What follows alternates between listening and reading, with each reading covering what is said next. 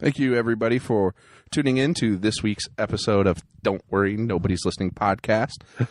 This will be my first actual talking intro that doesn't lead right into the podcast, so hopefully this is something I could keep doing for you to kind of give you a little preview of what's coming up. In this episode, I am joined by Luke Majors. He is one of the co-hosts of the P&L IRL podcast, so you can check them out on Facebook at P&L IRL1, facebook.com P&L IRL1. They'll also, obviously be on YouTube and pretty much anywhere you can find podcasts, they'll be out there as well. So that's P&L IRL podcast. We talk briefly about their podcasts and what they do, kind of how it's a little different than what I do. So for anybody who's looking to add another podcast to their repertoire to listen to, you can check them out. If you like what I do, you're going to like some of what they do. There's some things you don't like that I do, because I know I'm not for everybody. They actually are a little more smooth-edged than I am and a little more polished product. But that's just some of the differences between me and Luke as people. We went to college together at IU. When I lived down in Charlotte for a little bit, he lived down there as well. So we've spent some time together over the last 5, 6, 7, 8 years or so. We just chat some basketball. We talk about mainly about NFL predictions, and then have a few side conversations on that. So please give this episode a listen. As always, subscribe, rate, and review. Share with your friends. We're on iTunes, Google Play Music, Spotify, Podbean, Satchel, Castbox, pretty much everywhere you could find podcasts except for Stitcher and SoundCloud. Like I said, I'm not paying them extra money to host me in addition to the hosting I already pay for. You can find me and episodes of the podcast on YouTube. You can find me on Instagram, Twitter, and Snapchat at JASONBANICKI. Always want to grow the audience and carry these discussions forward, particularly as I tend to keep being more sports focused. It's more fun if we can have a larger discussion. Again, I will get to other topics going forward, and I sneak in a little here and there that's not sports into our larger sports discussion in this episode. The Facebook page, Don't Worry, Nobody's Listening podcast. You can just hop on to Facebook, type that in, and you'll find us. Give us a like, share it with your friends. Like I said, I'm always just doing this for the creative outlet, but it's nice to have an audience, and it's great when I see people overseas listening to us, as I referenced a few times throughout this episode. So without further ado, I will let the music play me in, and you can give us a listen. Have a great day. That's all. We got one goddamn hit. You can't say goddamn on the air. Don't worry, nobody's listening anyway. 'Cause I cannot change. I will not evolve. I am an artifact. I'm the last of my kind. You will encounter me in the pages of a textbook. Too scared to move ahead, so stubborn I was left behind. My tiny brain buried in my fifth skull. I'm the last of my kind. And we're rolling. Let me get my dogs out real quick. I forgot about them. Oh. Come on, pups. That's it. Come on. I don't want y'all barking. You guys can lay down out there or something. The dog room is my office, and that's where I've got my podcast set up, and we just got a new desktop, so. Nice. What kind of desktop you get? We went, I wanted just a tower, that I could upgrade and shit eventually, but the wife saw the HP all-in-one, and she was like, that's a beautiful computer, and I said, all right. It's got some good specs on it, though. It's set me back about $800, but not too bad for an all-in-one. Yeah, I was going to say, for all-in-one, that's not bad at all. Yeah, it's a nice computer. It is nice. I'll give her credit, but I wanted the upgradability, but oh well. As I say, for someone like you who games a lot, I'm sure that's nicer when you can upgrade. Yeah, that's what I told her. I was like, well, I guess I'm just not going to game too much on this thing. So I said, I guess I'll stick to podcasting and work. So. Yep, you'll have to do Xbox Live. Sorry. yeah, I got to stay on Xbox, which I am on Xbox all the time. So. Yeah, as I say, I've got PS4, but I don't go live much. Jason. I'm just I'll pop in 2K and either play my career or, run a franchise. I'm all about that. That's honestly what me and my buddies do. We play a lot of Madden more than anything. That's I got Madden too, but yeah. And then I bought FIFA for when Ethan visits because it's the only game he can beat me in. So I always tried to get into FIFA, but I suck so much at it, and I feel like everybody else is so good at it. Yeah, I'm absolutely terrible at it, but I don't mind losing because then anything else we play, I whip the shit out of him. It's like I give him something. Right. I did, man. I'll tell you what. I was up until 2:30 researching this. I got 5 pages of analysis for my picks. Oh, it took me so long to write this up, but I think I got you some good stuff here. I say this is going to be the clear dichotomy because we're already recording, so everybody's listening. Even better. Between the two podcasts here. For anybody who doesn't know, this is Luke Majors. I went to college with him. He just started a new podcast, P&L IRL. Yep, P&L IRL. That's my co-host Pat Bowman. That's his initial P, and then me L. P&L IRL. So Pat and Luke in real life. Just a podcast where we just are hanging out. We're having fun. We're talking about a lot of topics. We talk about stuff ranging from video games to a lot of NFL, a lot of sports stuff, careers. We're both focused very much on our careers and our families and fun. We got a list of topics coming up, a lot of great stuff. We want to interview people, have collabs and guests. So if you're interested, check out P&L IRL. We've got all kinds of social media. We've got a Facebook. It's facebook.com/PLIRL. We have a Twitter at PLIRL1.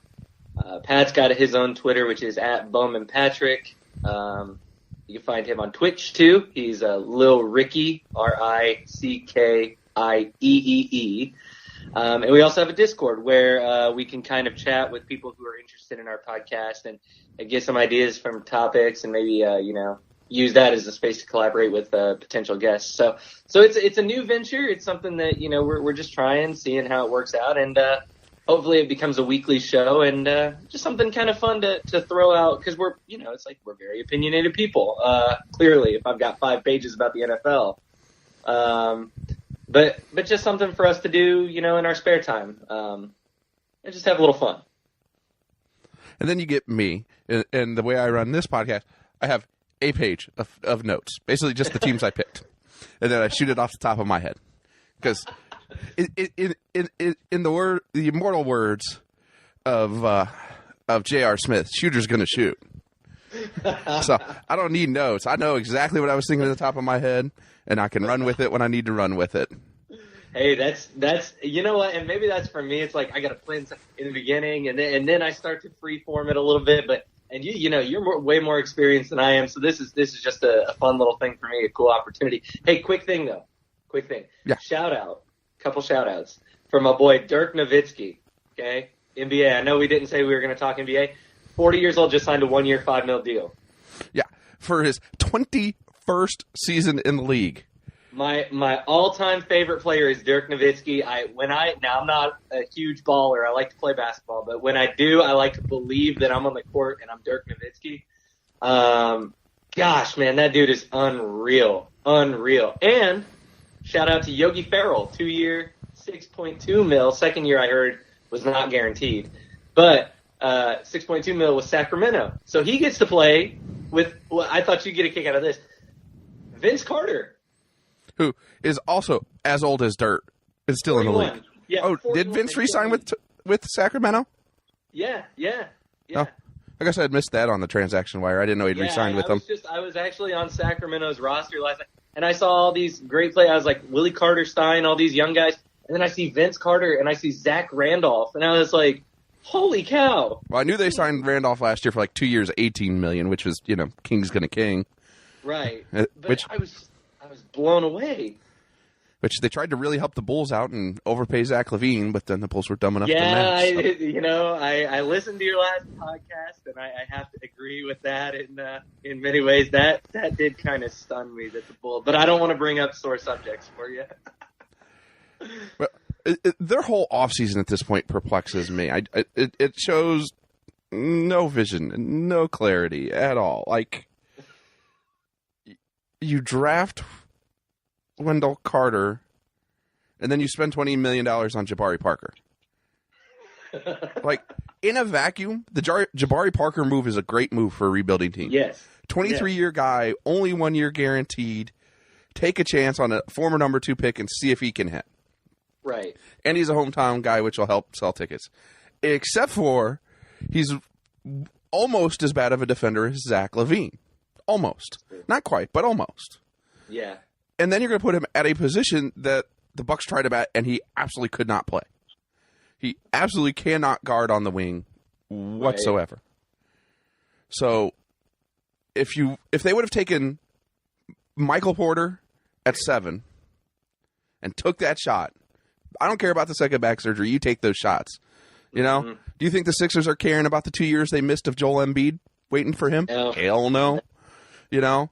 So you got to take those shots when you're rebuilding, but that's never going to be the Bulls. They'd rather compete for 6, 7, and 8 seeds than win championships anymore.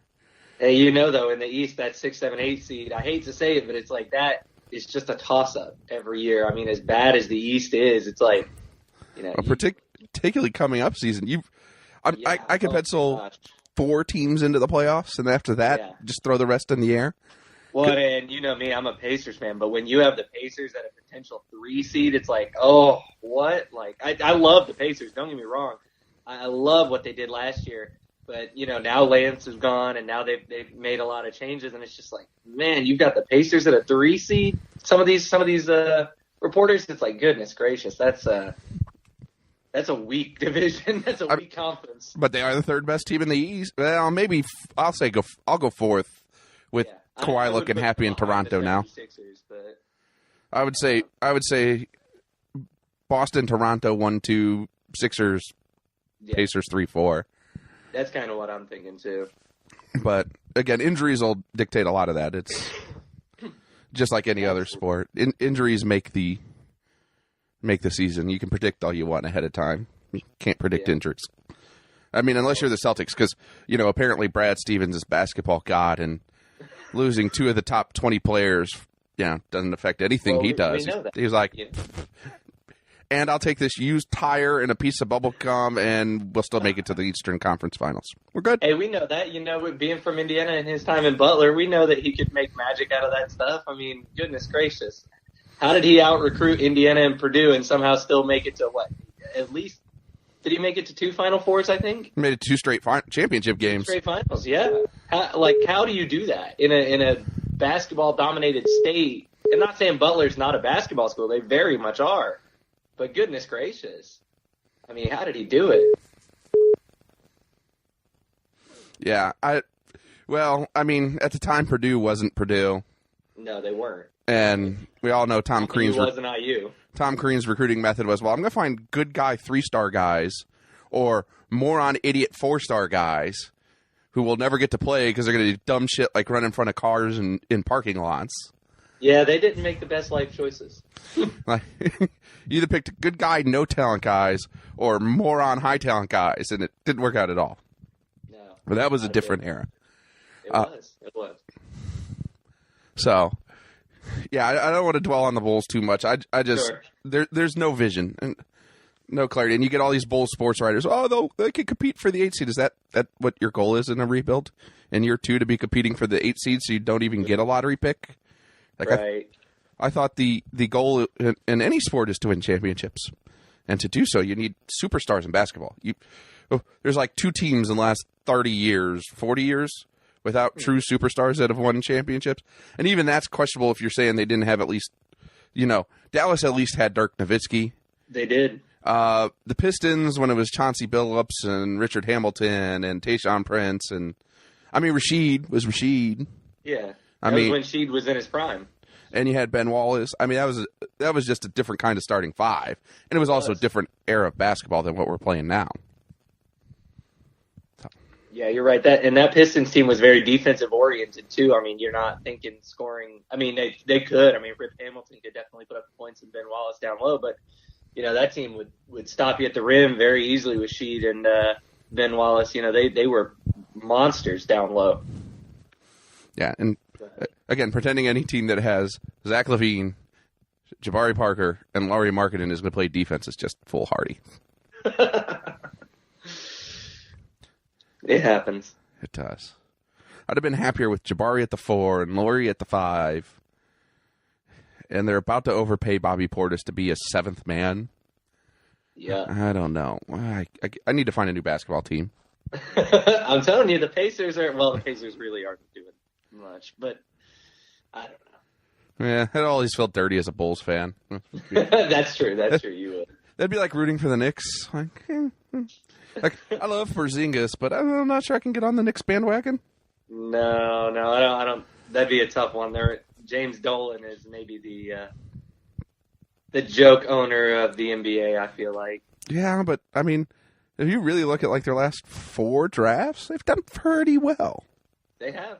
You're right.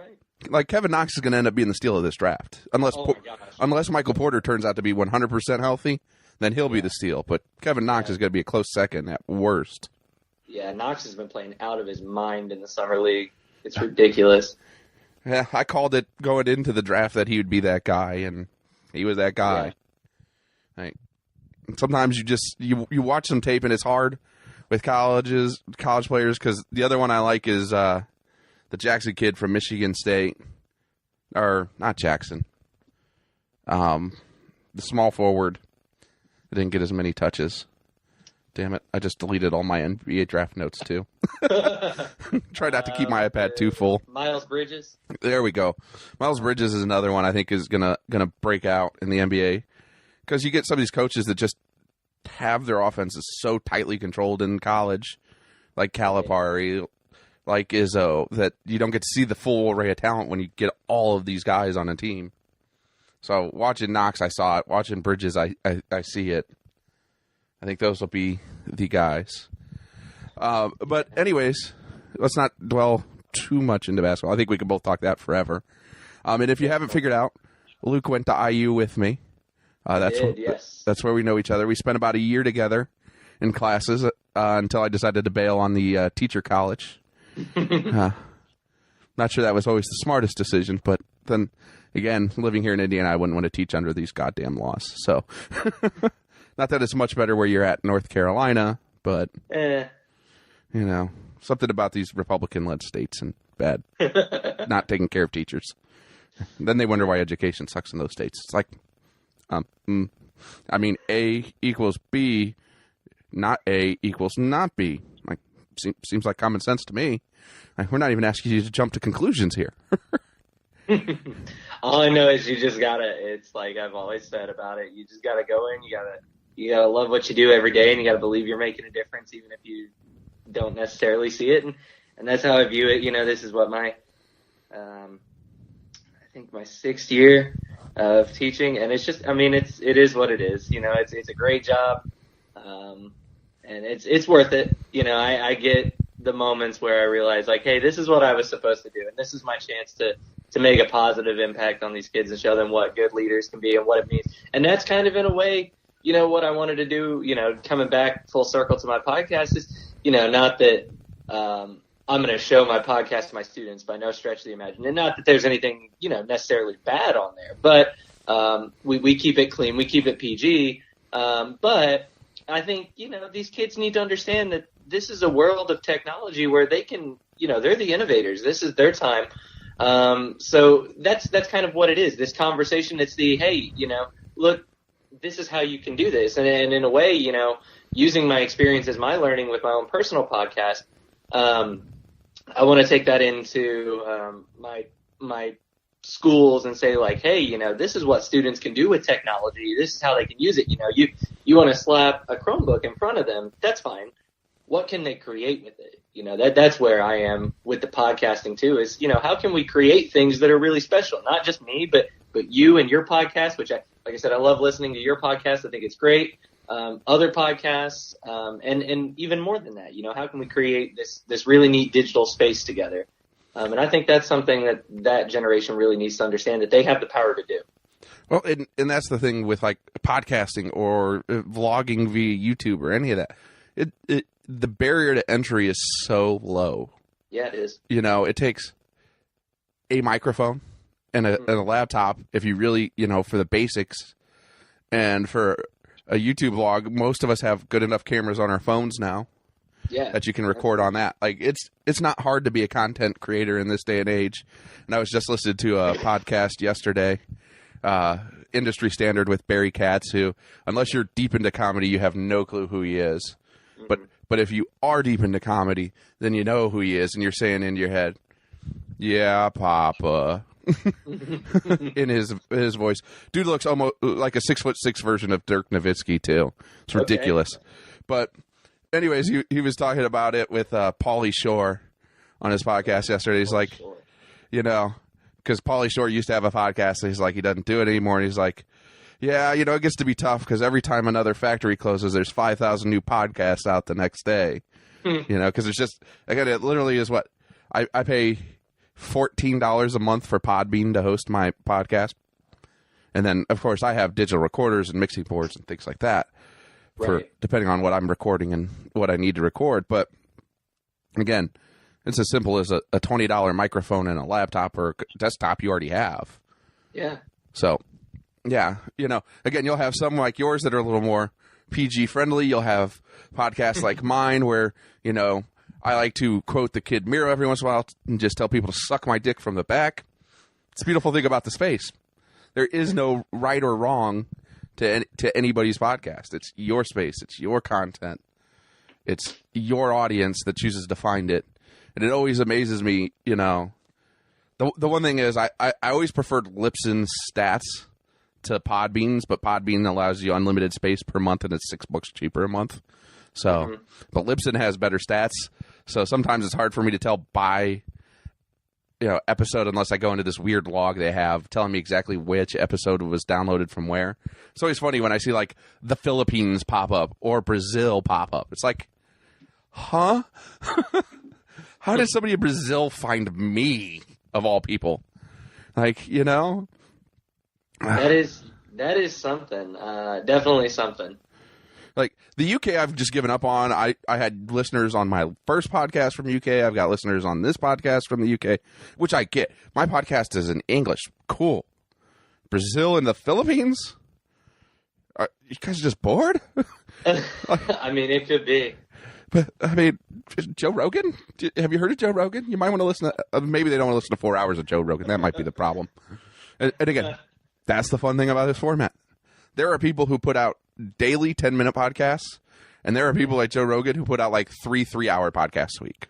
Right. And then there are people who put out one podcast a month. There is no right, there is no wrong. Yeah.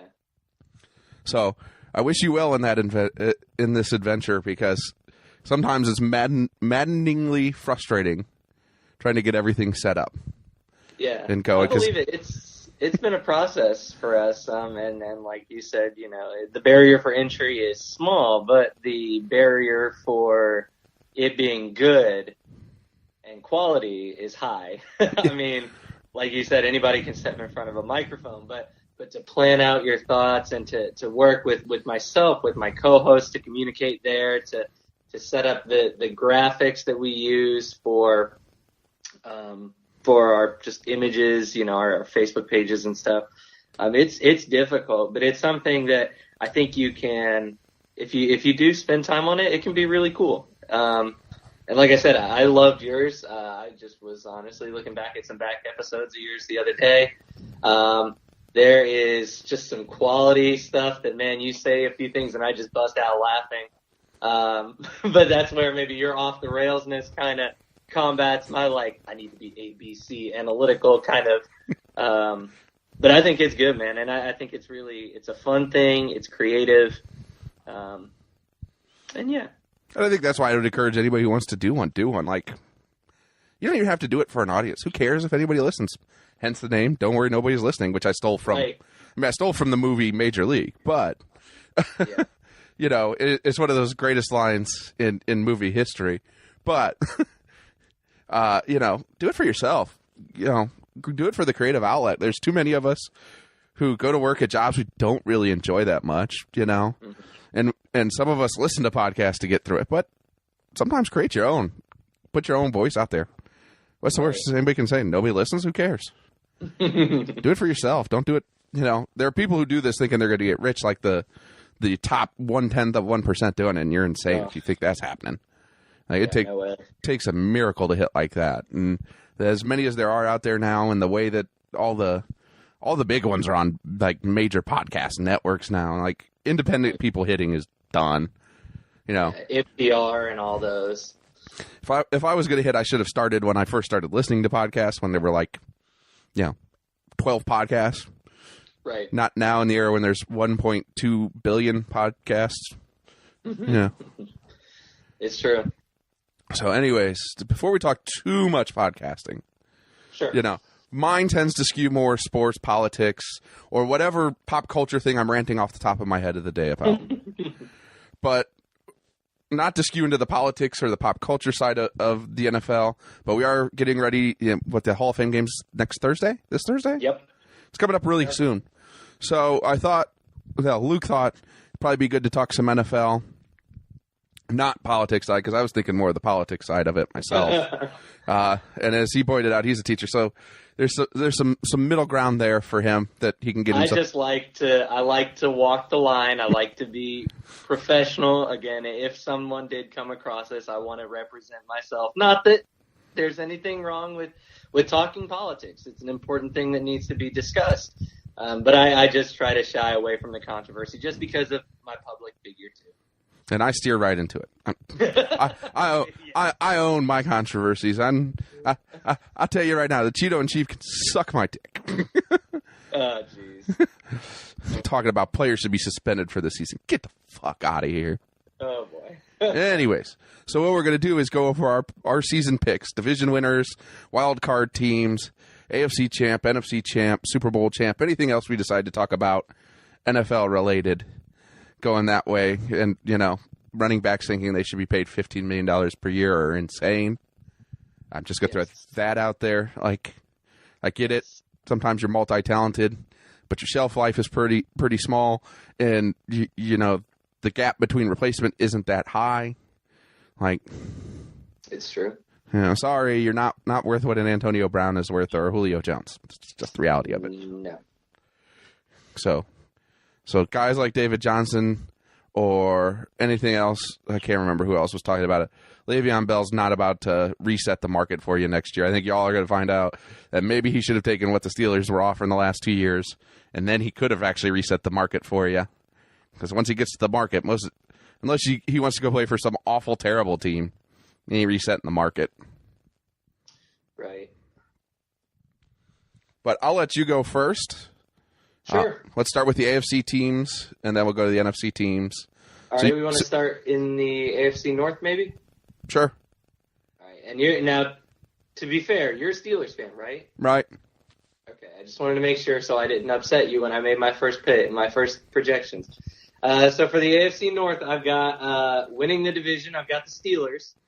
And then after that, I've got who cares. I say that's the rest of the division, right? You got the Browns, the Bengals, and Baltimore, who doesn't have a quarterback anymore. So no. Yeah, and that's what I have here. I mean, the Steelers Big Ben's getting older, but they still have Le'Veon, like you said. Their offensive line is still great. The defense isn't what it once was, but they're still good. The Bengals, I don't know. They're just mediocre. That's what they always are. I love Joe Mixon as a running back, and the A.J. Green and the weapons that Andy Dalton has, but it's like, what about the defense? What are they doing?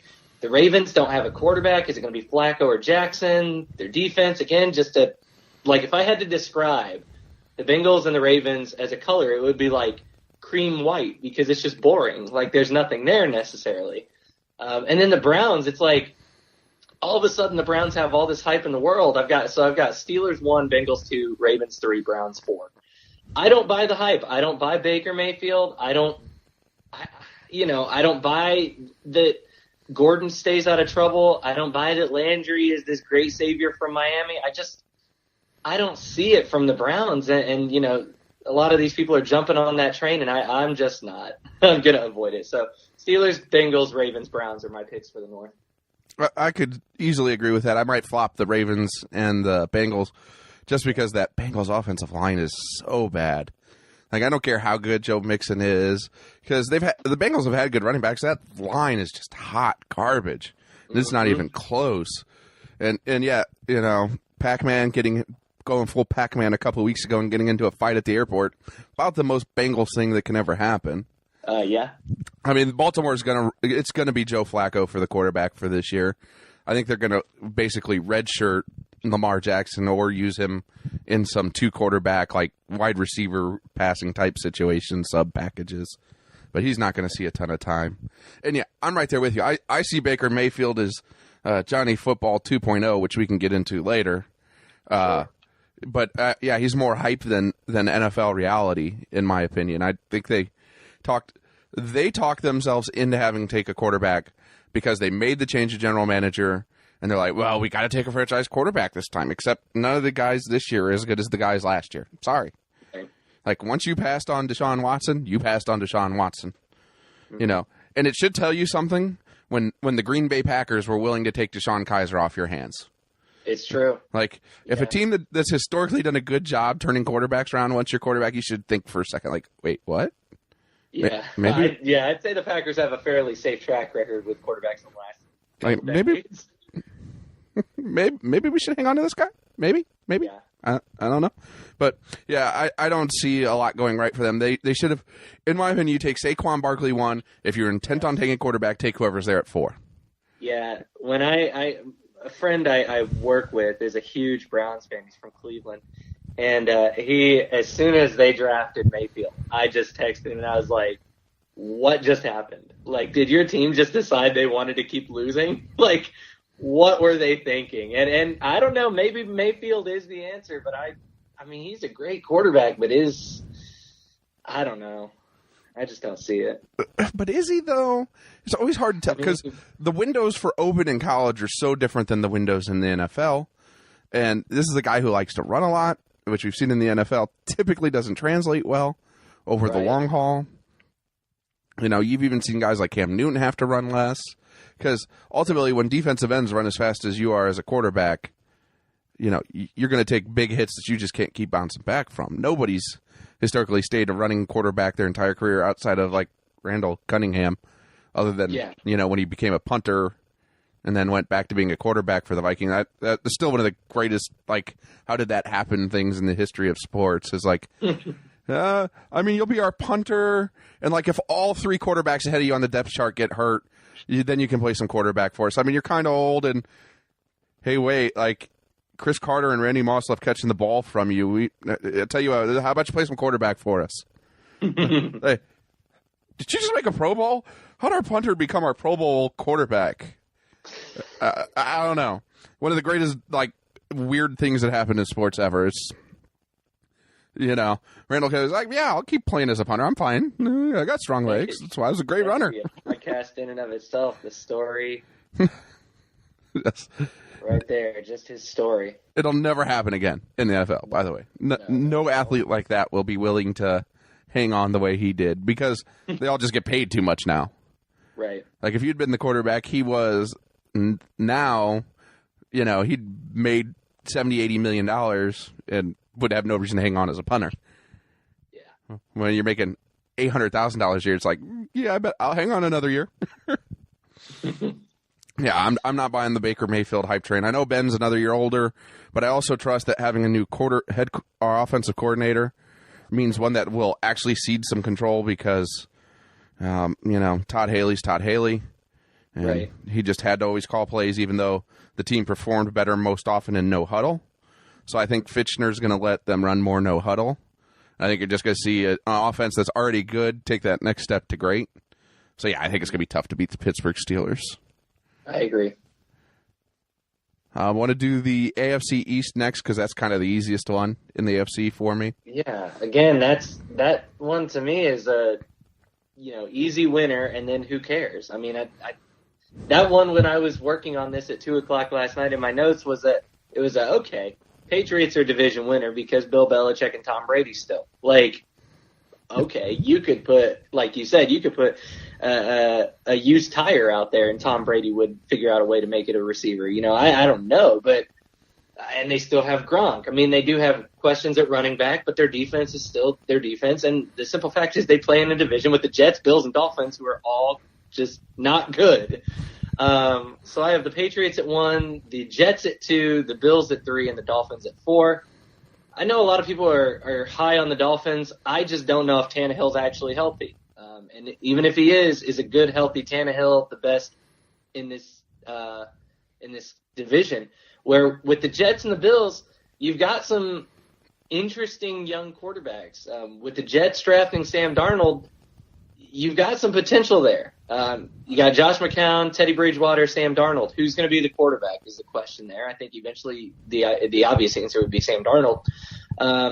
You got no more Revis Island, but their D is still good. Offensive line questions maybe for the Jets.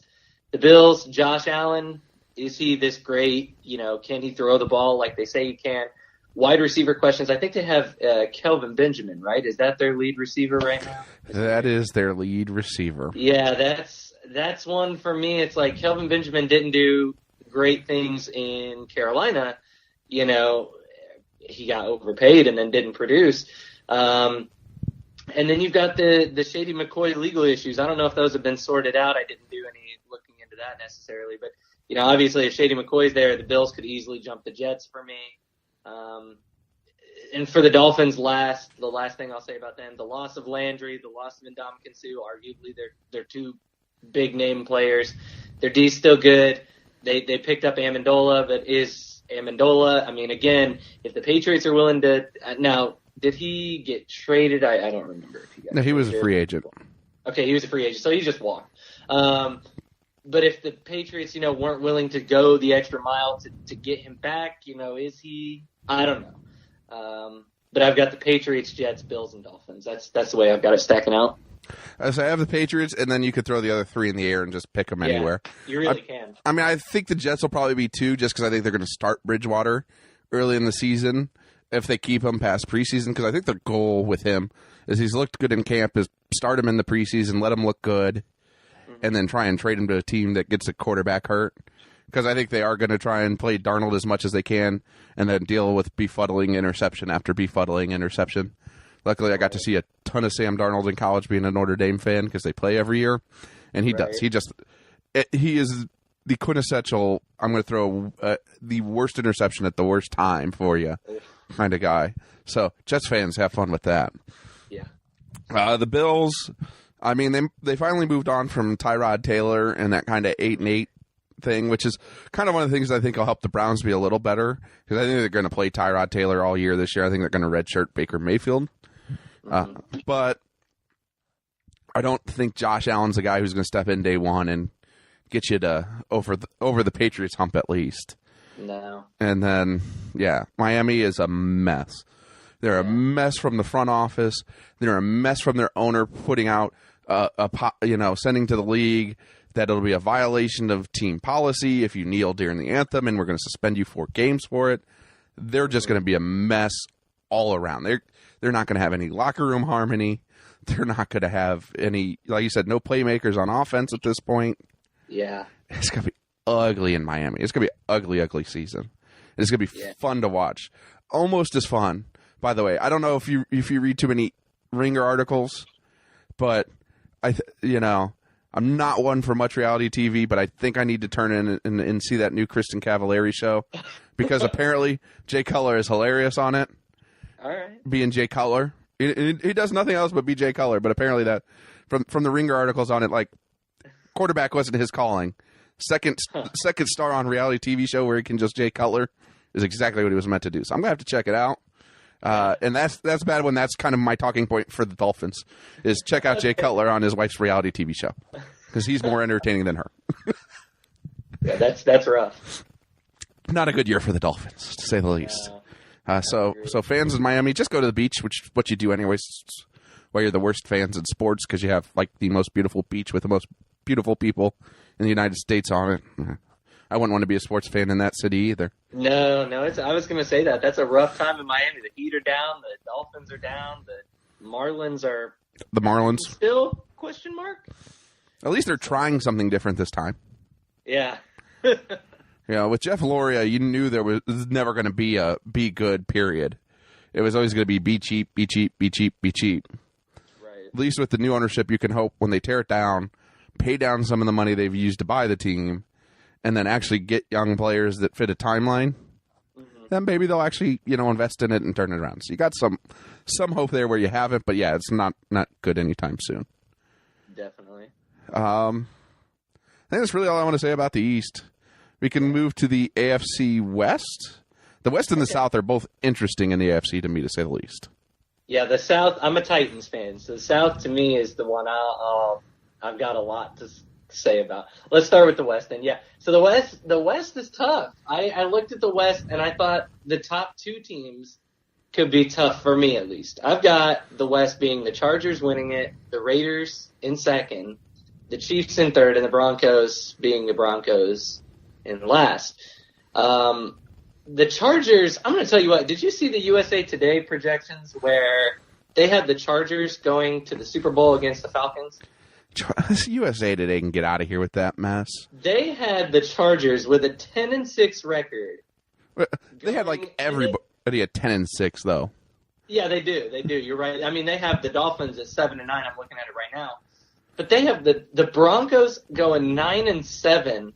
And my thought is like, who is even still on the Broncos? The Broncos just signed Case Keenum. They got Case Keenum. But is Case Keenum, like, is he good? We don't know. We've seen one real good season of him. They lost Talib in the secondary. Yeah, they still have Von Miller. They've got Chubb, but it's like, man, is that team, what offensive weapons do they have? Is Demaryius Thomas really still any good? I mean, what's their running back answer? I have no idea, but the Broncos in the cellar for me. Going back to the top, I got the Chargers winning the division, but I don't think they're that good. I mean, Melvin Gordon's great. Rivers is good. They got a talented defense. That defense, however they built it in San Diego, they just out of nowhere built this really solid defense with Bosa and Ingram. But, I mean, I've got the Chargers at the top. Then I've got the Raiders because you got Derek Carr coming back. My question with the Raiders is John Gruden the answer, or is this just a toss-up? Is this we're going to throw money at you and hope you fix this franchise? They signed Jordy Nelson. That's positive. Another good weapon. They've got beast mode still, apparently, and Khalil Mack. So, I mean, the Raiders are still the Raiders. I think getting Carr back is going to help them. And then the Chiefs, the question is quarterback. I mean, Pat Mahomes, like, Alex Smith is gone.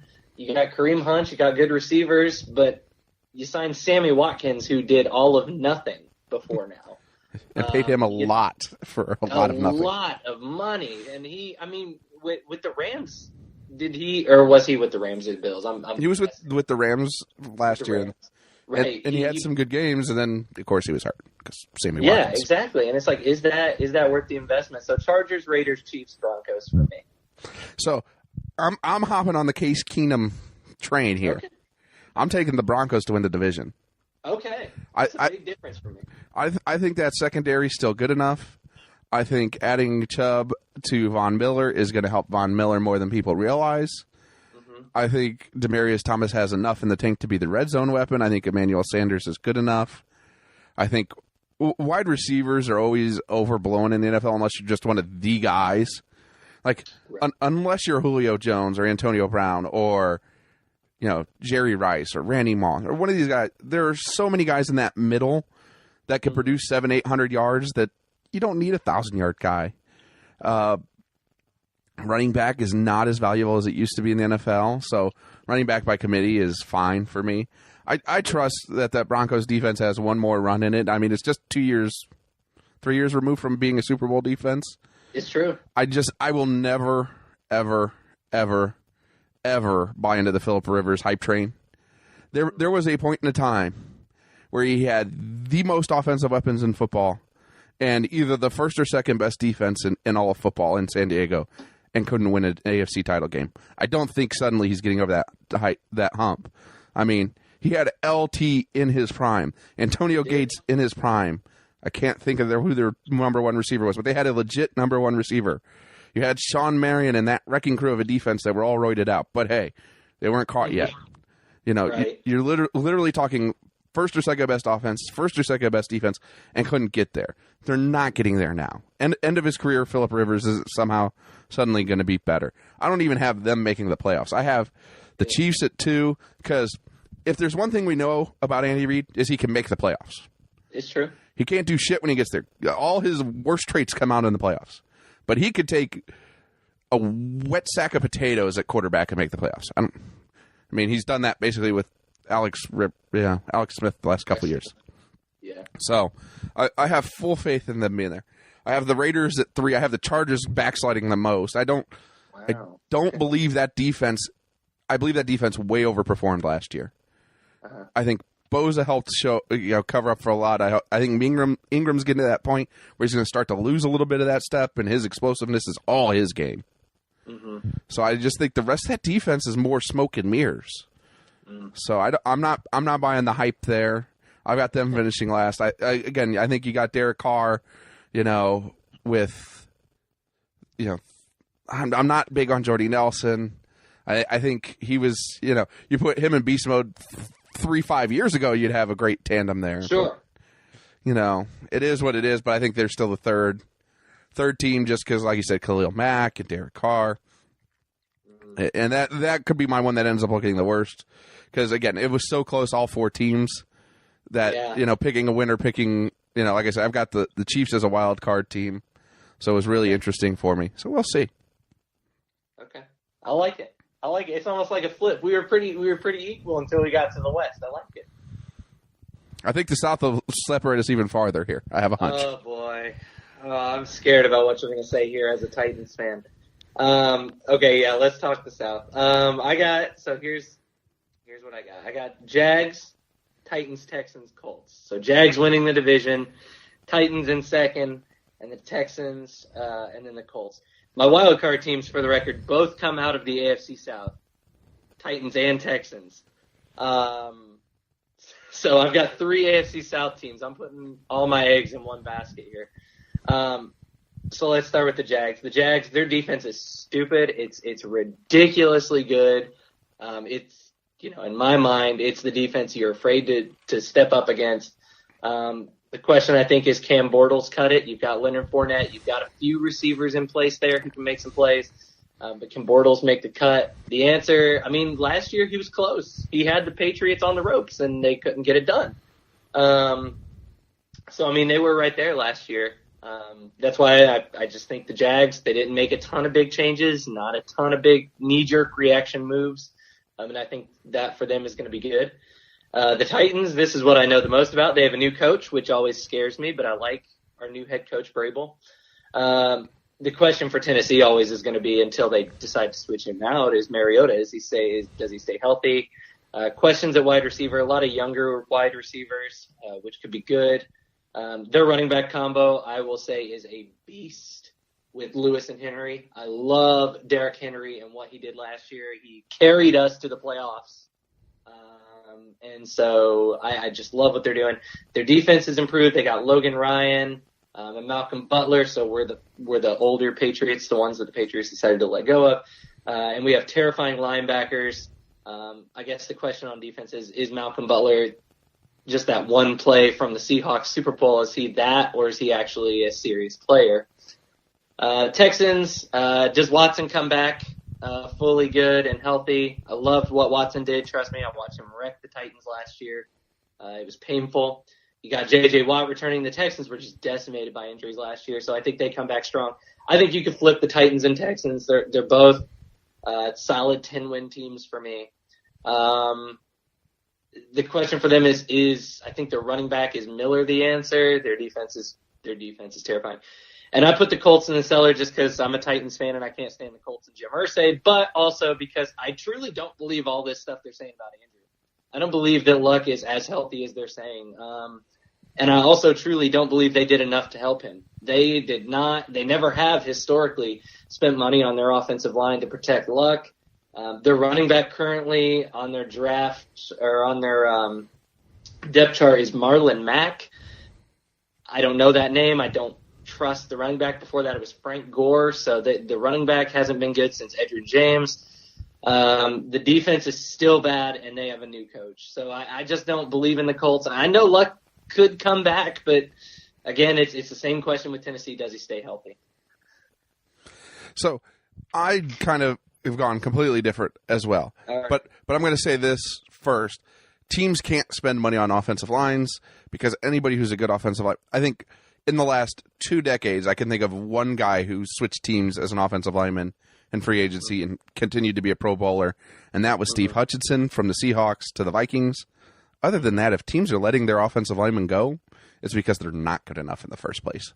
So if you're looking for free agency, you're in trouble. I think investing the number 5 pick in a guard, and we're talking a guy that somehow some people are already putting on the all-pro team, first team, before he's played a snap in the NFL. It's like, hey, let's hold it down, guys. There are plenty of great guards in the NFL right now. Let's back the hype train up a little bit. Even though I saw him play at Notre Dame and he was great, let's back it up a little. And they did take some more linemen. And not only that, adding that guard allows them to, adding Quentin Nelson to the left guard allows them to shuffle the line around. I think they're going to be better there than people think. I think people have forgotten how good Andrew Luck is when Andrew Luck is healthy. Having been through a similar shoulder surgery to what he did, it takes about a full year to recover.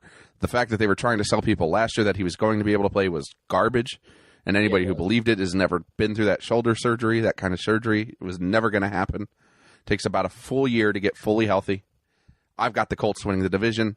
I think people forget how good Andrew Luck is and how valuable a franchise quarterback is in the NFL. I believe in Marlon Mack. I think having a quarterback who can open up lanes will open up room for him to run. I think people always forget that some of these running backs pop out of nowhere, but they don't really. They've got a couple of wide receivers. They're not top heavy, but you don't have to be. So yeah, I'm hopping on. Most people aren't going as far as I am with Andrew Luck. I think USA Today still has the Colts pegged to win 4 or 5 games tops. 2. I was gonna say 2 and 14. Yeah, so they're not even counting on Andrew Luck playing at all at that number. No. So I'm hopping on. I'm saying Andrew Luck is that much of a difference maker because he was. Yeah. I mean, they went from basically playing for an AFC title one year to 5th pick overall the next year. Yeah. That's the difference. It's the same thing as when Peyton Manning missed a full year. You went from AFC Championship game to number 1 overall pick. Right. There's always my argument on why Peyton Manning was a more valuable player and a better quarterback than Tom Brady. Tom Brady missed a whole season. The Patriots went 11-5.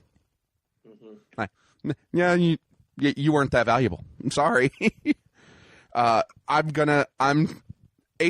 for quarterbacks are never that big of a deal unless you're Robert Griffin, because he was a terrible quarterback to start with, and he just masked it by running. I'm taking the Texans to finish second. The AFC was really tough for me just because there are probably 8 teams you could put in the playoffs very easily and not think twice about it. I'm going to say the Titans finished 3rd and just missed the playoffs. They'll be the 7th seed. Mm-hmm. And then I think if we saw anything from the Seahawks is that if you have questions on your offense, whether that be offensive line or quarterback or wide receiver, that your defense can fall apart in a hurry. And the number of free agents the Jaguars added to their young players means that there is some aging to happen on that defense. And defense can vary so big from year to year, particularly when you're counting on secondary to carry you like the Seahawks did. Mm-hmm. Secondary play, unless you have nothing against Jalen Ramsey, until you do it for a couple more years, you're not Revis Island. You're not, Deion Sanders. You're not one of these corners, Rod Woodson, that I can pencil in at the beginning of the year to shut down a whole side of the field. Mm-hmm. So I think they're the team that backslides the most because in Blake Bortles, I do not trust. Leonard Fournette was Leonard Fournette, which is great when he was healthy and then hurt plenty last year as well. And I think that slides them back to 4. You can't, the Seahawks, at least when their defense slid some, had a quarterback good enough to offset it. Jaguars do not.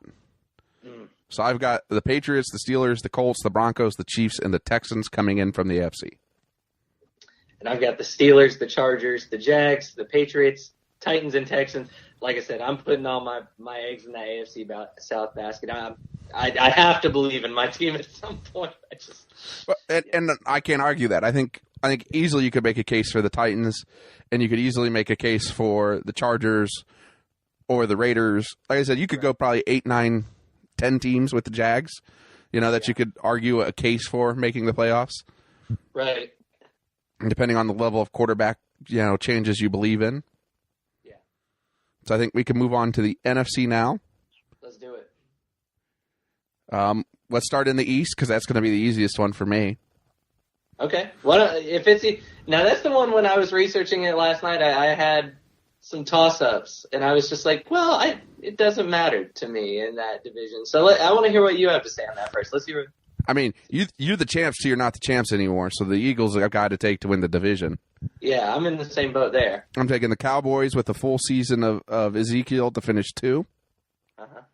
I've got the Redskins in a solid 4 because they have nobody to throw the football. Yeah.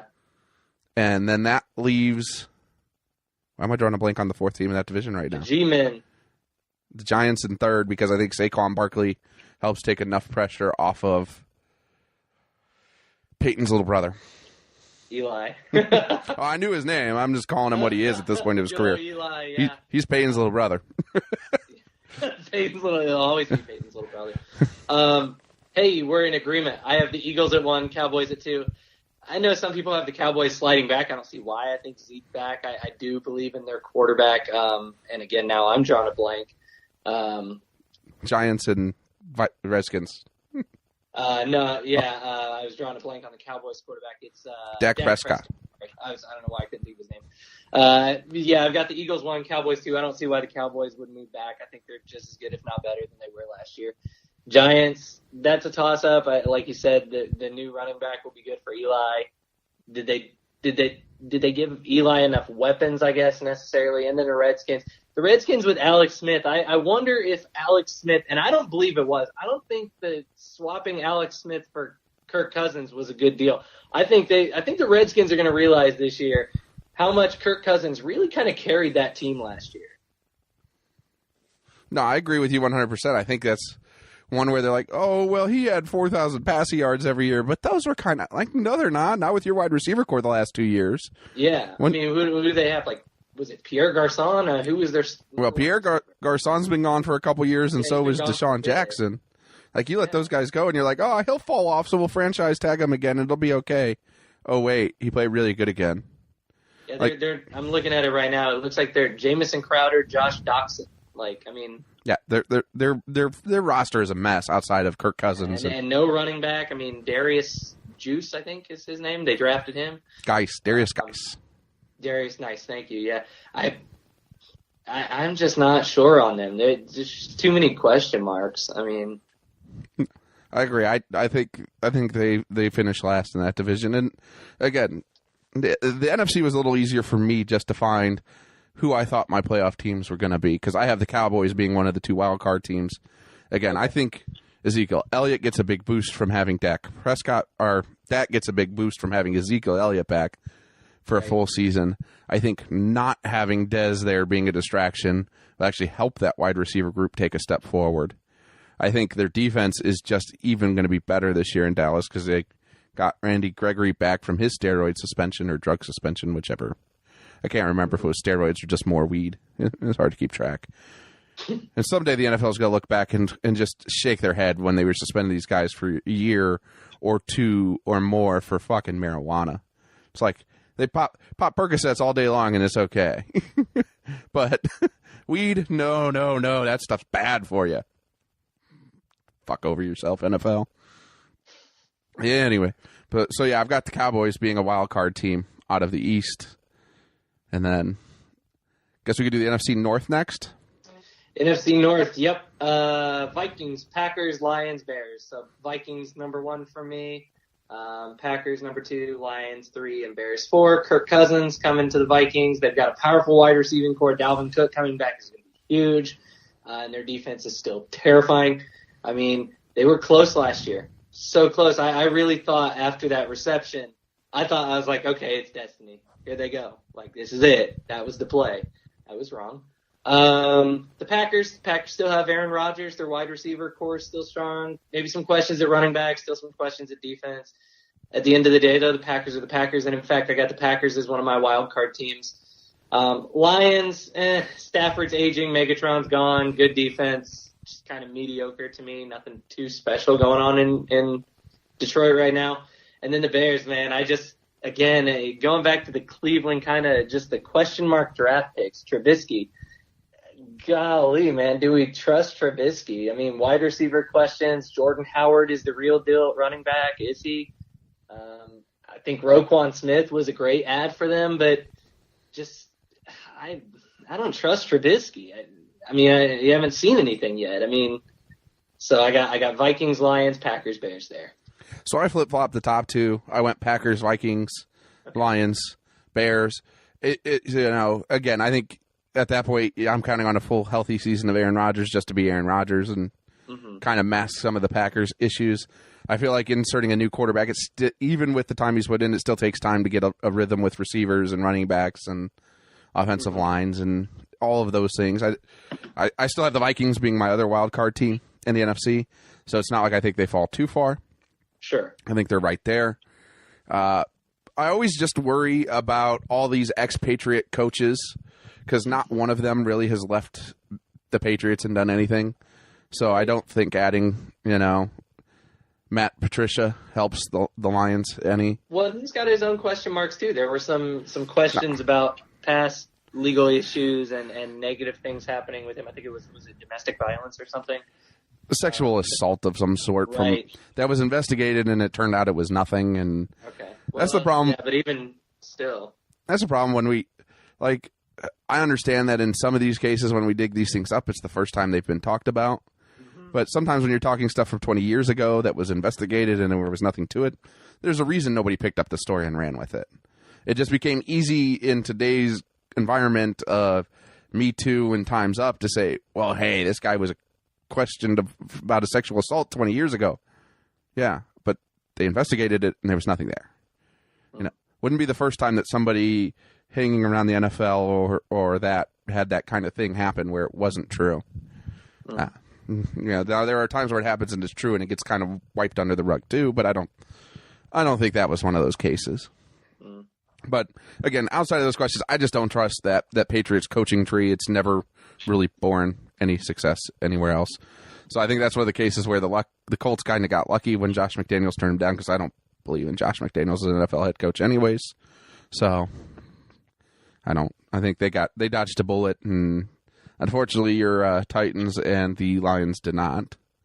I know even though Vrabel technically came via the Texans, he came. He did. He came from that Belichick coaching tree. Correct. So, I mean, I didn't have a lot of faith in that. And then I think the NFC West for me was probably the easiest one again. Or not the easiest, but an easy one. I definitely had got the Rams, Seahawks, and then the rest of that garbage. I don't think a full season of Jimmy Garoppolo gets them past third in that division. I really don't. Yeah. And I don't even know who the fourth team is. I'm drawing a blank on that as well. Cardinals. Oh, yeah. That would be why you forgot them. That's why I forgot. Because their quarterback is now Sam. I'm always into Bradford. I think it'll be Josh Rosen before too terribly long then. I think you're right. I think we can book on 4 games tops there. Yeah, I like you said, I think it's pretty easy at the top there in the NFC West. You got the Rams. I got the Niners up. I believe in Jimmy G. He did just come out, though, the other day and was like, oh, yeah, I've always believed I'm better than Brady, which, number one, what do you expect him to say? Number two, I still wouldn't have said it. Hey, shooters got to shoot, man. What? Shooters got to shoot. Yeah, I mean, hey, if you're gonna take the 3, shoot it. So, I mean, why not? The defense is solid though for the 49ers. Though I like them. I like them to maybe kind of surprise that division. Seahawks, Legion of Boom's gone. Too many questions at running back. Lost to Jimmy Graham. Just not enough for Russell Wilson there.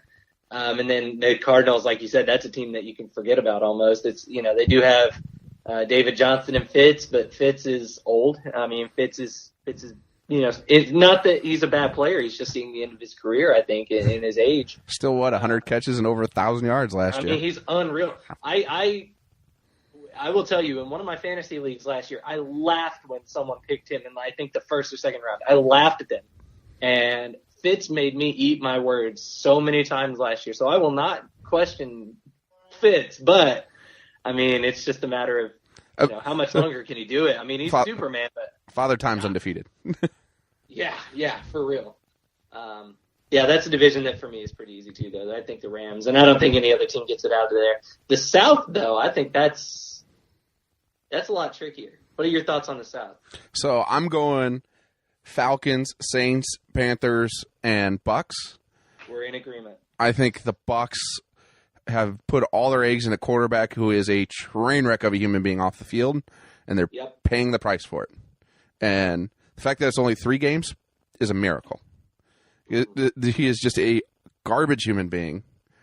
And in the case of where I go with Matt Patricia earlier and I say it was investigated and he was cleared, this is a case where he was investigated once and it got swept under the rug, and now he's being investigated second time and it's being swept under the rug. Much, unfortunately, like my man Ben Rapelessberger. But, hey, that's the problem. That's why there's the Me Too and the Time's Up. Because, unfortunately, for some of these assholes, they get a free pass every time. And so many of their fans are like, I know I've got friends who are Florida State fans who swore, oh, she's just making it up, blah, blah, blah. Like, no, she wasn't. No, Jameis was wrong. She reported that immediately afterwards and had no clue who he was at the time. Yep. She had zero reason to make that. Didn't even know who he was till months later when she ended up in a class with him. It's like, wait, that's the guy that raped me. Yeah. Like, this is a problem. Yeah. So the fact that Florida State swept it under the rug the first time did not have to pay the price, and the fact that the Tampa Bay Bucks are doing it again, you deserve every bad thing, and I hope you give him a lot of money and he continues to be a garbage human being, because he will be. Yeah. He definitely deserves all these suspensions. Absolutely. And the Bucks, like you said, they are definitely in cahoots with this. I think that's a real shame that scumbag players like this actually do get away with it.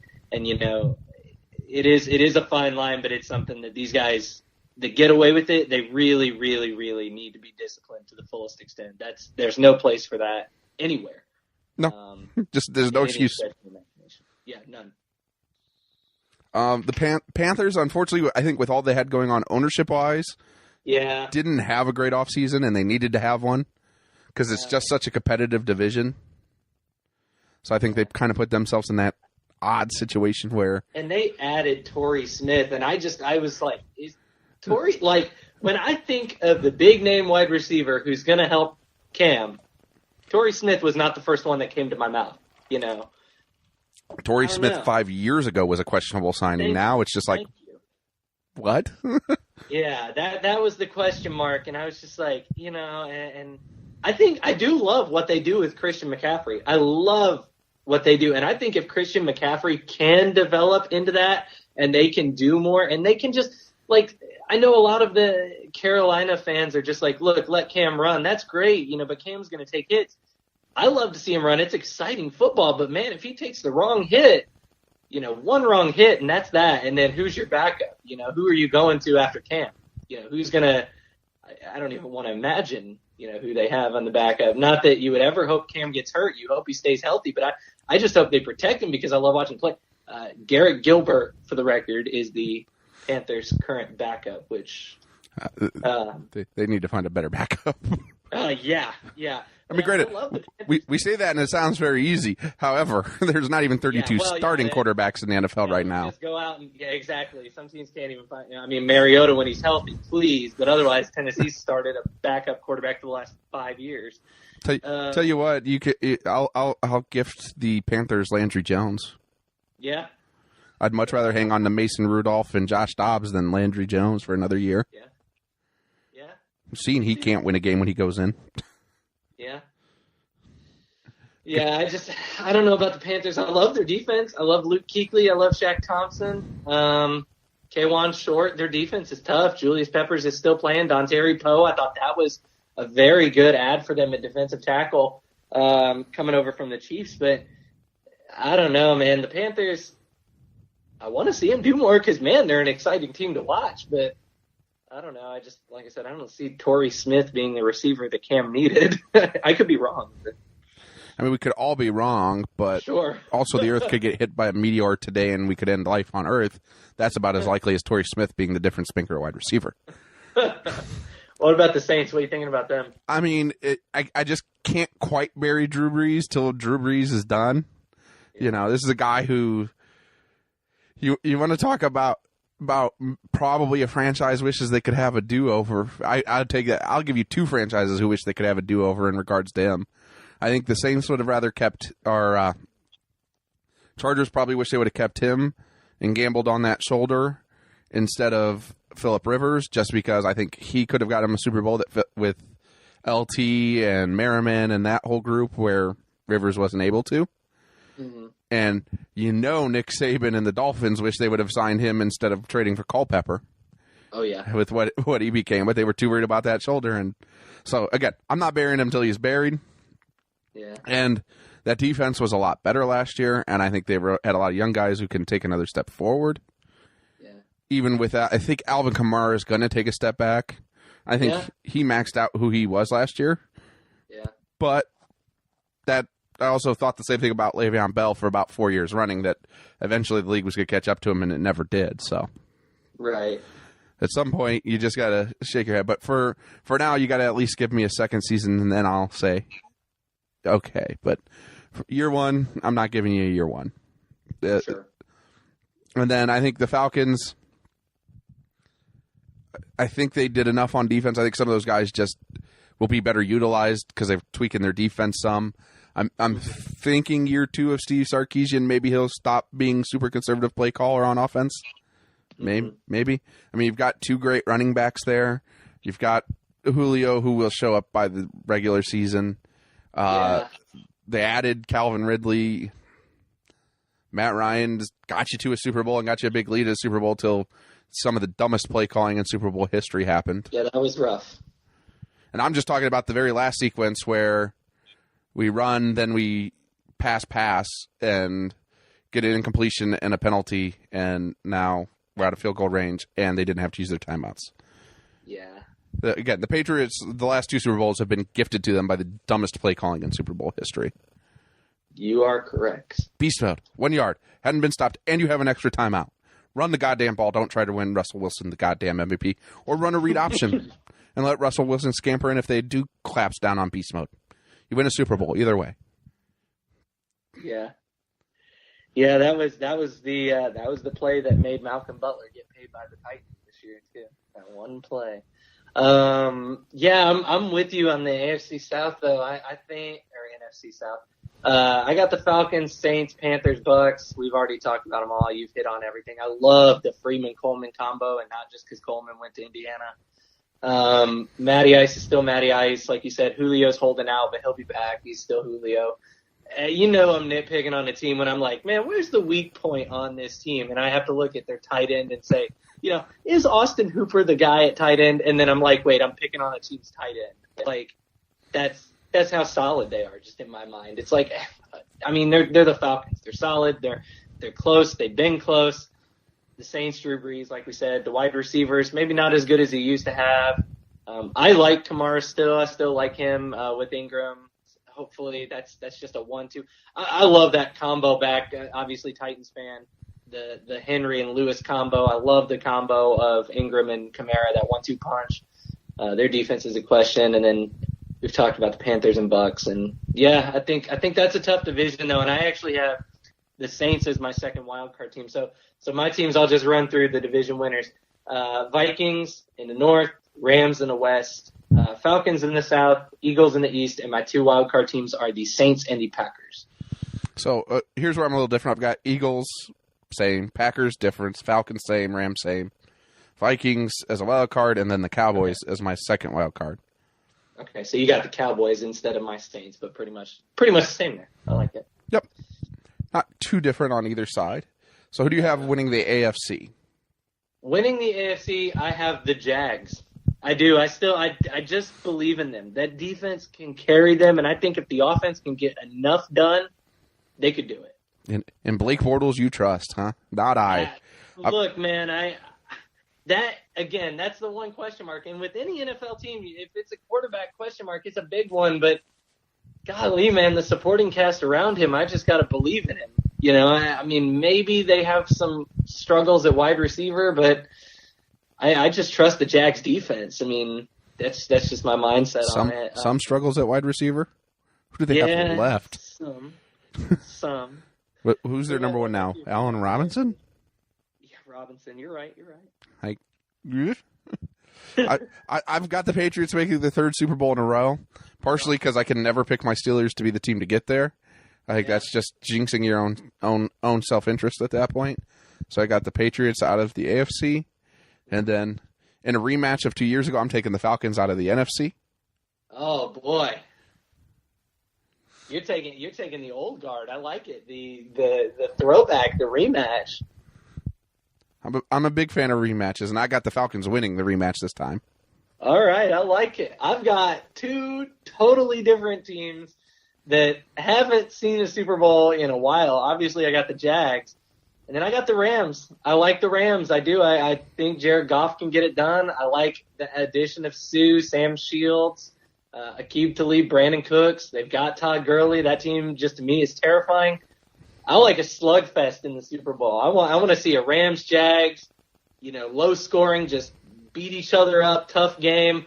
And I got the Jags winning because I'm an AFC South guy, and I just got to believe in Blake Bortles. I do. Now, see, if I had those two teams, I'm taking the Rams every day just because the defenses are equal enough, and the offense that the Rams have is way better than what the Jags have. Their offense is terrifying. I think the Rams are the best team in the NFC. I think the Falcons are right there with them. I don't think the Eagles are going to be as good. I think they'll be good. They had a nice run last year. It's a great story. Nick Foles catching the touchdown. Great story last year. And obviously we all love to see the Patriots lose, but I'm not sure a Patriots fan, but I don't think the Eagles are as good as they were last year. Jags and Rams. Yeah, I could. That's the thing. Is that's the fun part about the NFL. Is it's so easy to make these cases for teams to get there. It's the anti-NBA, essentially. Yeah, it is. Like, I can already tell you who's coming out of the West in the NBA this year. Oh, yeah. It's not even a question. So. I could probably tell you who's going to be in. I mean, it's going to be Warriors and someone, right? I mean, Celtics? Warriors and Celtics or Sixers or maybe the Raptors, if Kawhi's fully healthy. East, it's bad that, like, in the NBA, the reason it's competitive is because the East is just so not as good as the West. It's like, that's interesting. Maybe, I guess. Let's flip a coin and see who makes it to lose to the Warriors. Yeah, that was. Oh man, I like it though. I like your picks. And so you had the rematch and you had the Falcons. I do like the Falcons. I would love to see that story. I'm not gonna lie. I would love to see the Falcons get the win. I think Matty Ice is a quarterback who definitely deserves a ring. As hard as he's worked and as good as that team's been, I do like the Falcons there too. So I think it's. I mean, I think it's. We're in for fun. The NFL is unpredictable. That's the one word you can always use for it. Almost as unpredictable as Canadian football, apparently. Did you want to talk about that for a second? Because I did bring up a few articles about it. I only looked at one, and I saw that they traded 2 first-round picks for a backup quarterback and 2 linemen. And if you don't know who the backup quarterback is, there's only one reason to talk Canadian football, and that's Johnny Football. I told you about this the other day, and I just laughed because I was like, why are we still talking about this dude? Like, why has he not just gone away? Go away, Johnny Manziel. Yeah. Go away. This isn't Warren Moon playing in the Canadian Football League because white NFL owners didn't believe black players could be quarterbacks. This is a pompous, spoiled, rich kid who drank and drugged his way out of the NFL, who is a first-round pick who should have never been one. Playing in Canada because, well, he can't play in the NFL right now. But wasn't it his old college coach who just traded for him, by the way? It was Mike Sherman, and I brought up an article from NBC Sports. It said Mike Sherman is quoted as saying, we didn't trade for Johnny Manziel to have him sit the bench. So if you don't know a little bit of the background story here, Mike Sherman recruited Manziel, according to this article, in 2011. And the team that Sherman works with now, the Alouettes, they are having some quarterback struggles. According to NBC and Pro Football Talk, they've already played 3 quarterbacks. Jeff Matthews is out with a foot injury. Drew Willie left Saturday's loss with a hand injury. And Matt Schlitz replaced Drew Willie. So the Alouettes have, and the next line in this article is great, the Alouettes have the worst offense in Canadian Football League. And Johnny Football is probably going to make the start at quarterback at some point.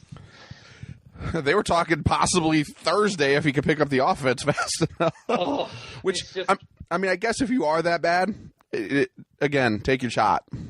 oh, You know, I'm sure Manziel at least will remember key principles of the Sherman offense. Oh, wait, he never learned an offense.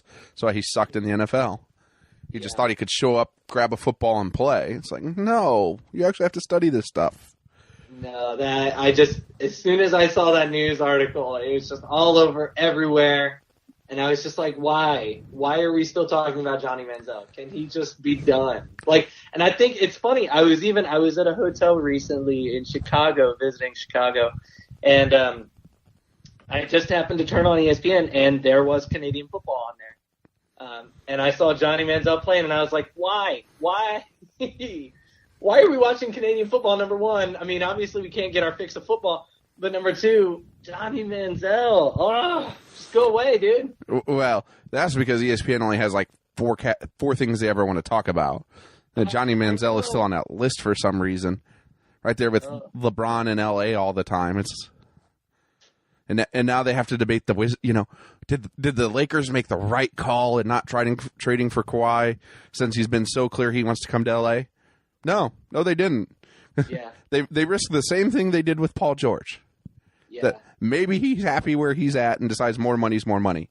The Kawhi Leonard thing, as I've said before, and I'll say again, will go down as the absolute dumbest management decision ever. And it's why you should never allow a family member to be an advisor for you at that high of a level. Yeah, that's just a mess for everybody involved. I don't think there's any winners in that. Well, the biggest thing got to be is his uncle was convinced that Kawhi got lowballed on his shoe contract offer because he was in San Antonio.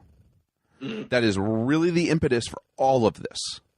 Mm-hmm. And it's got nothing to do with San Antonio. Tim Duncan didn't make any less money because he played in San Antonio. I mean, he made less money because he chose to make less money, and that and his model train hobby didn't cost him that much money, so he didn't need to make that much money. But for Kawhi, it's his personality. Like, you're not LeBron. You're not out there. You're not at the front. You're not Russell Wilson or Westbrook. You know, you're not Carmelo Anthony. You're not a guy who's going to draw eyeballs to you, so the shoe companies aren't going to pay you like that. So instead, you choose to force your way out of San Antonio and leave $50 million on the table. Like, that to me seems like where the better money was at. 5 years and $230 guaranteed. Who gives a shit about a shoe contract at that point? It's true. Like, so he may end up staying in Toronto because the money's the money. Plus, I think people forget. We talk about Toronto because it's in Canada, but Toronto's a very metropolitan city. It's not like he's in San Antonio anymore. It's going to be in a very diverse city with a lot of things to do. And again, Paul George fell in love with Oklahoma City probably because there's a really great lake there. I'm sure that man loves to fish. Yeah, he does. He does. It's probably why he didn't go back to LA. He's like, I got all these bass boats. What would I do with them in LA? There's nowhere to fish. Like, it's true. I think he actually still owns his house up in Indian. Well, it's not technically Indianapolis.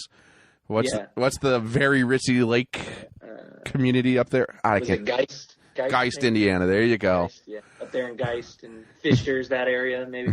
Geist, where the houses started $1.5 million each. Ooh, rough life for those folks. But yeah, I mean, so they only have so many topics. You know, it's LeBron, it's Johnny Football, it's the anthem protest, and whatever Donald Trump is tweeting about. Which, you know, again, Sports Center. I don't know why that's on there, but that's why I don't watch it anymore. You know, right.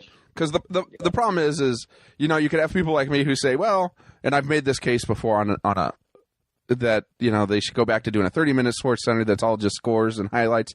And then you really think about it. I've got Twitter for that. I don't need to wait till 6 a.m., 7 a.m. Sports Center to catch that. So now they're, you know, instead of just letting the franchise go, you know, it's their flagship. They're just going to keep trying to make it First Take or First and 10 or whatever they want to call that show this week. And Yeah, it's interesting how it has kind of become just like that 24-hour news cycle with, your major news media outlets like CNN and Fox News, but ESPN has done that too in a lot of ways. Anyways, but that's why Johnny Football won't die. Unfortunately, they know people will watch and they know people care for all the wrong reasons, because we love to watch train wrecks. As much as we love the underdog come-up story in this country, and we do, we as much so love to watch that train wreck in slow motion. It's true. And Johnny Manziel is the perfect human being for that, because he comes from so much privilege that it's just like, dude, like, really? Like, if you don't really care, then just don't care and don't play.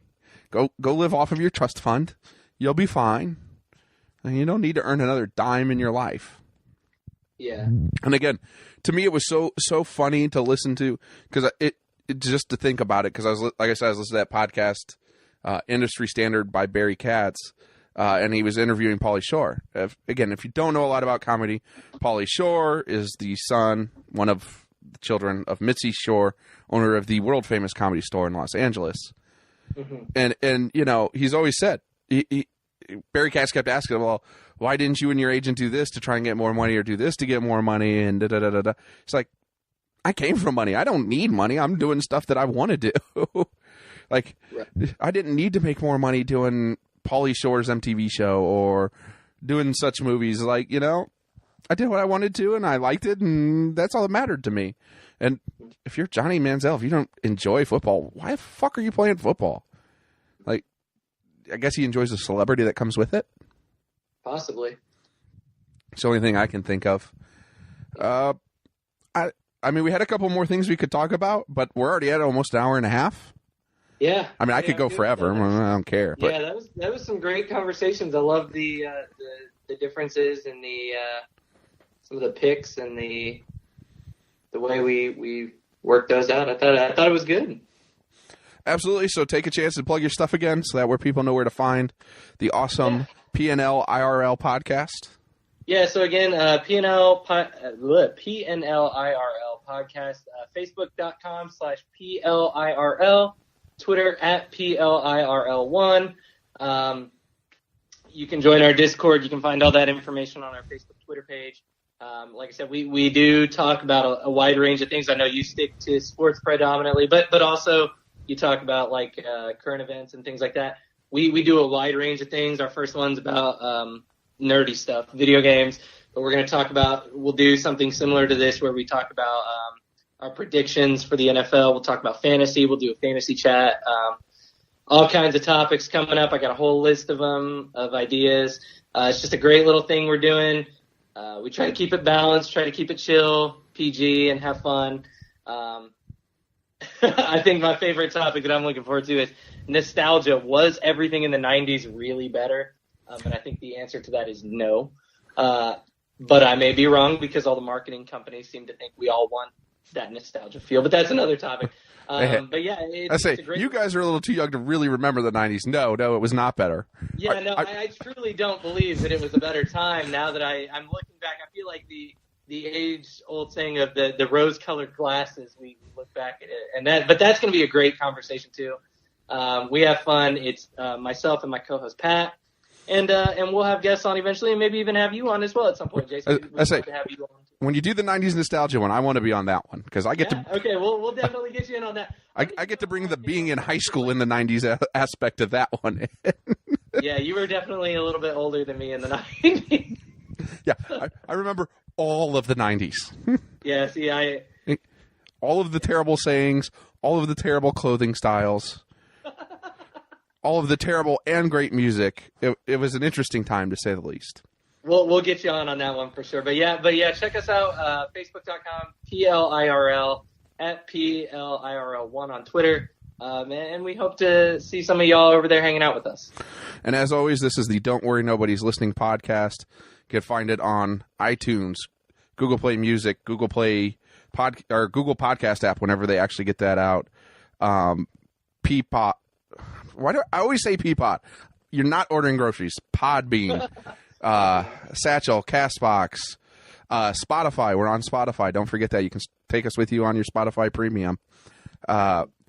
As always, I'm on Twitter, Instagram, Snapchat, and YouTube, which also the podcast gets posted on YouTube, at JASONBANICKI. Please share, rate, review. Again, every time you rate and review, it helps people find the podcast more, which, again, like I said, there's people finding it over in the Philippines and Brazil, so obviously people are finding it, but hopefully more and more find it. That's always the goal. Thanks for being on, Luke. And again, anytime you want to come on and promote something you're doing, you're more than welcome. Sweet. Love it. Thanks for having me, Jason. All right. Talk to you later, man. All right. We'll see you. Bye.